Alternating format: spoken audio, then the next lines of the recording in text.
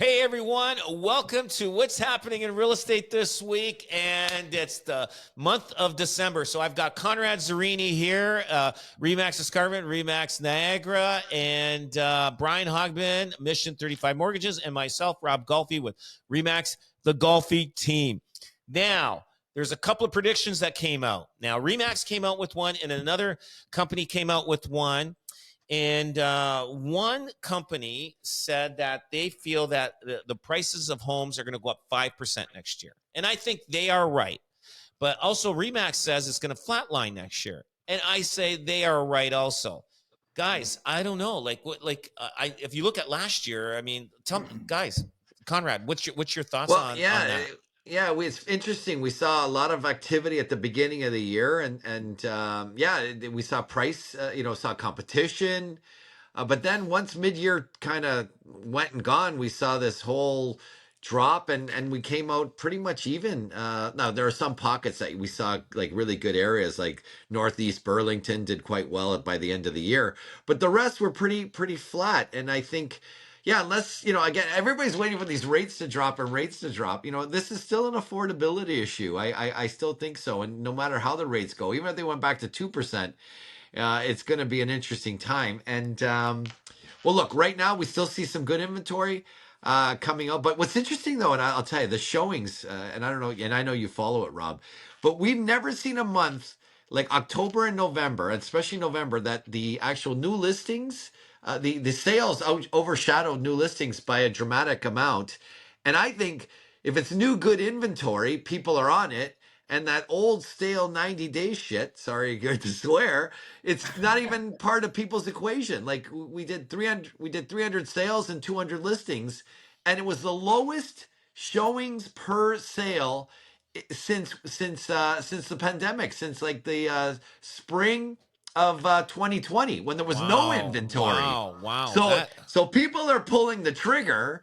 They're pulling the trigger faster, but when they see a great quality listing, and that's why what you said, do you keep it on the market till Christmas or not? And we found out 2 weeks prior to any announcement, we see this whoosh of activity. And sure enough, like any other time, because it's next week. So I'll tell you, if it's good quality and it makes sense, people will buy. That's it. Yeah. Well, I think to your point, I think the 5% increase the first quarter, I think it might even be conservative. And I'll tell you why. Inflationary pressures that are happening right now that people don't think about. I'm going to give you guys some stats here. Okay. So number one, Canadian homes, do you know what the savings rate is for Canadians right now? Average savings rate for Canadians right now is 7% of household income. Prior to COVID, 3%. Average Canadian homes are saving more money. That's an inflationary pressure that they're waiting to spend.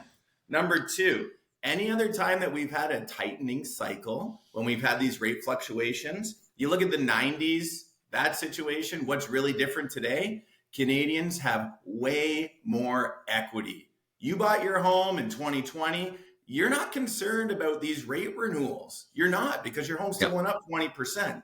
So all these people sitting and waiting, okay? So the third thing is, now this is why I think it's important. The third thing is, what happens when everybody gets an extra $250? Yeah. They spend it, right? Yeah. So they go to the keg. They go to the keg. They go to the keg. They get the Billy Miner pie, right? So now that's an extra $2.8 billion that's going to be flushed into the economy in January, February. So I would warn people to say, listen, yeah, we'll see our rate cut a quarter or half in December, but we might not see a lot more January, February, March. Because with all these inflationary pressures brewing, you might see the Bank can go, oh shit, like we're at the bottom now. And then if people see we're at the bottom, then everybody's going to be like, oh, now I got to rush into the market. And it could be a concern in the first quarter. But to that prediction, I do see the house prices going up first quarter. Maybe not all year, but definitely first quarter. So the one thing is the 90s, and from 1990 to 1999, that was a flatline decade. Like, Oh yeah. like Conrad, that's the only decade in the last 70, Yeah. 80 years that house prices really didn't move much. It, Nope. went up 5% one quarter, went down 5% the other quarter. It just kind of floated for the Yeah. whole decade. And Yeah. do Yeah. you think we might experience that? Well, yeah, because the other thing too is we don't have that new construction piece. See, the new construction kind of, when people start to buy new construction, like all boats rise. So, like as residential comes up, then you start to see builders saying, okay, now let's, we're getting close to that number where people will jump because it's new, the premium. So yeah, you're right. But the problem this time is we have no construction, and that's what happened in the 90s. You got to remember too, everybody, there was an affordability crisis then. If you bought a house in the 90s, it was very like, it was stigmatized because it was very cheaply made, little quarter round for the trim. Yeah, They tried to save everywhere they could. Homes in the 90s were cheap because affordability was a problem. And so now you're going to, until we start to see that whoosh of new construction coming, it's gonna really temper what's happening in the resale market, because people need to move and go to somewhere. So you got this, I hate to call it that, stagflation kind of thing when it comes, that stagnant market in real estate. It took 10 years. You're right, Rob. Yeah, 10 years. I'm thinking that I don't think we'll experience 10 years, but No. But housing is expensive, and it just Yes. there's got to be a ceiling someplace, and I think we might be there, and that's why it'll go up, it'll go down, it'll go up, it'll go down. So if But you're these are looking at tough. buying a house right now, you should look at it to stay for at least a little longer than usual. Like usually the average people stay where they are for what, 7 years? Is that the moving time they move in? But it's changed though. It's even like, some people are saying 3 to 5, right? Yeah, Yeah. they're moving with their renewal cycle. So it's, Yeah. we might go back to what you're saying, but it's been very compressed. Well, Brian, you see it too, right? It's very compressed, Yeah, right? absolutely. I think to your point, Rob, you got to go back to the 7 to 10 year time horizon, right? Yeah. You got to look at it as the investment. It's got utility. You're living in it. You're not just it's not just the wealth builder over 3 to 4 years. It's over 7 to 10 years. Right. I mean, still owning real estate's good, and I get it, and I understand. Even renting is probably even cheaper now for a lot of people, just because of the fact of the mortgage rates. But as they start dropping, but like even like you said, Conrad, even if we go to 2%, it's just it's just gonna float around like that. The other thing is the Schedule B. Yeah, that's How many amazing. people? Wow. How many people? Now, it's not just Schedule B. They miss a signature. They miss Oh, this. I know. How many I people know. get caught? As long as the buyer and seller, they both want the place, it's not a problem. It's Yeah, not but a problem. It happens all the time. How Well, many? it's when the market shifts or people find something, like thinking in a market where you could find something better, you know what I mean, than the product you bought, because there's so much inventory. Yeah, it's very precarious. Like we tell people all the time, you got to do it by amendment. This is like now you've opened up the whole thing. Yeah. You can't just add shit like that. So this was No. this was an amazing case that finally somebody tested this thing, and now we can tell everybody, like, look, you're very vulnerable.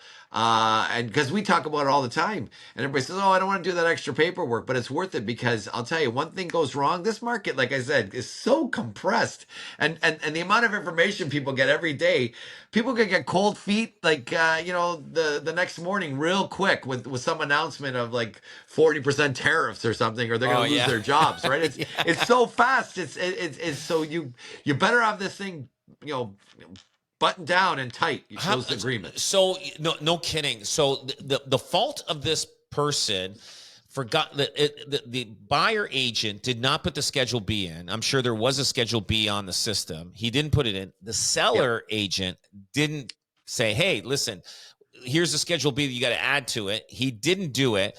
The deal was all done. Everything was all done, and then the selling agent goes, "Well, now that we got a firm deal here or whatever, and waiting for the $50,000 deposit," he throws in a Schedule B that was not even through the negotiations. And then the buyer says, "You know what? I don't know if I really want this place now because something happened." And so they said, we're not going to go for it.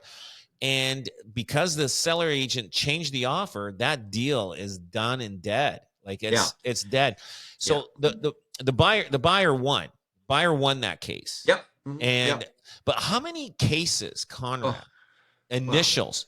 How many times have agents missed initials? And oh, like, you know what I mean? yeah. Like, and I mean, And they all most get mad at cases, us because our staff is so vigilant about it. They get mad at us. But I'll tell you, now that I got this case, it's the best thing you brought to the forefront, Rob, yeah, you got to mention you're it to right. everybody.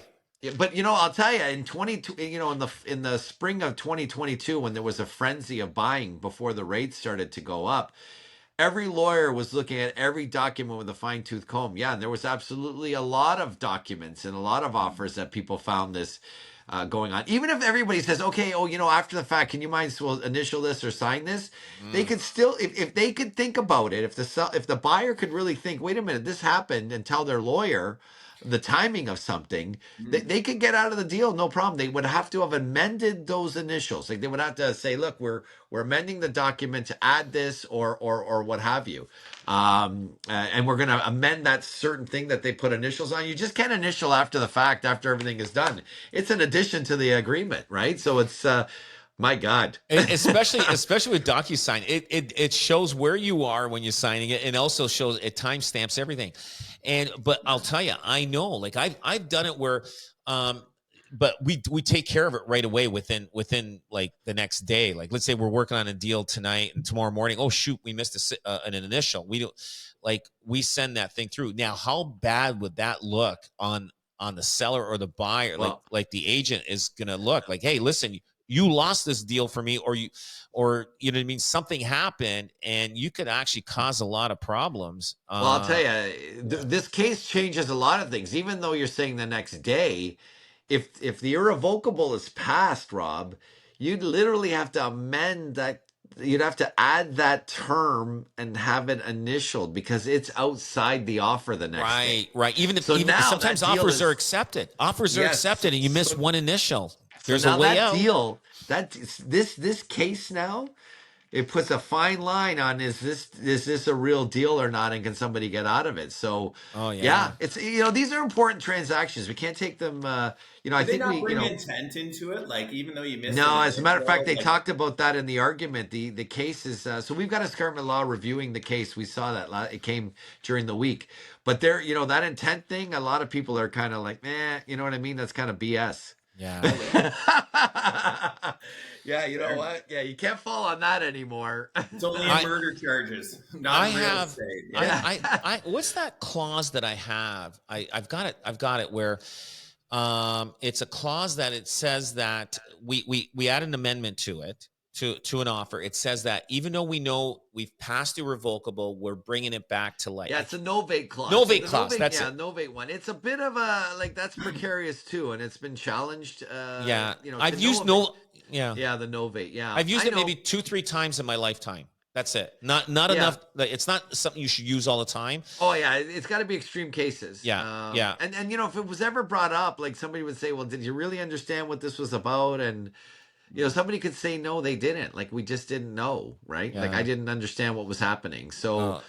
Look, in these markets, they're so, like I said, I keep using the word compressed. You got to dot your I's, cross your T's, because it's a very interesting, and going back to your predictions, like, these numbers that are coming out, like people spending and what have you, I've got a prediction that people are going to really be cocooning and travel's become outrageous now, right? So, so I think you're going to see this emergence of people now looking back at their homes and their homesteads and probably investing more. And you might see that reno and stuff like that happening or things like that. There's going to be this cocoon effect that I think, because they said food prices, they're guaranteed going up 3 to 5% next year. It was just in the Globe and Mail today. Wow. So a lot of factors going on and I think you got to talk to your specialist, your agent. Like you got to talk to somebody, a great agent like you guys have, like anybody from the Golfi team that's very well trained and understands it, and people like yourself, Brian, that are in this space all the time, right? And advise you, right? Mm-hmm.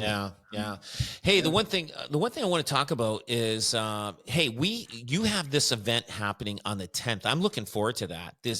In agents that they can actually, it's like a speed dating. It's like speed dating. It's like, it's like like all the teams are going to be in together. They have is it like they have a table? Yeah, you have a table and everything. And what's happening is, so we've got, I don't know, I think there's about 30, 40 agents coming, like are from the brokerage and outside. It's the first one, so we're hoping for some reasonable success. But the other thing too is that we got teams from all over coming, and it's another thing that maybe you guys can start to talk about referrals. Like, and I know you're pretty, Rob, you're pretty across the whole area, but you know what? You could talk to some agents from some other areas. Say, look, Yeah. we do Fort Erie, or we do this, or we do Yeah. that. So it's a great idea to just kind of do that. But it's an opportunity for people to interview and speed date with different teams and find the culture and the team they like. So it's I don't think anybody's ever done it, and we decided to do it this year. Yeah, I think it's awesome. Like if you're listening and you're a realtor, you got to check this out. December 10th, it's at the REMAX Winterberry office in Stony Creek. And if you're looking at maybe leaving all the other brokerages, not REMAX, but no, seriously, this is a great opportunity. I'm promoting it. I want to help you promote it, Conrad. I think thank you. Awesome I appreciate thing. it. And you're thinking of joining a team, right? Yeah. You want to find out a little bit more, and you get a chance to meet a bunch of teams and see where you really fit, because it's got to fit. Rob, you know it better than anybody, right? Yeah. December 10th at REMAX Winterberry office. Check it out. Where can they find that thing? Do you guys have a landing page or anything? Yeah, we do. And information page? And I'm terrible, but yeah. No, it's okay. You know what? Listen, go on my LinkedIn. Private message me on LinkedIn.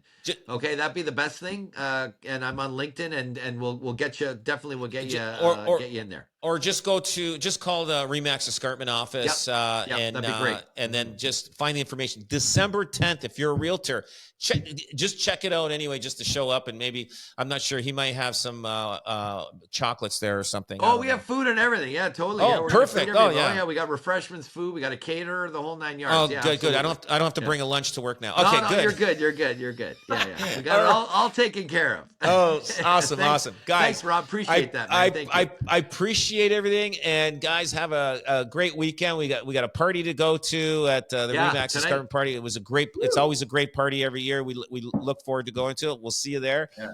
And we'll catch you next week, guys. Absolutely. Right. Cool. Take care. Oh, yeah. What did 25 basis points or 50? 25 or 50? 25. When? It's December 11th. Oh, there you December go. 11th, yeah. Okay. You know what? I have to say, it could be 25. I'd love to see 50 and then stop. But anyway. Yeah. That's it. Yeah, Okay. We'll check it out. All right, guys. Ciao. Have a great week. Thanks. Ciao.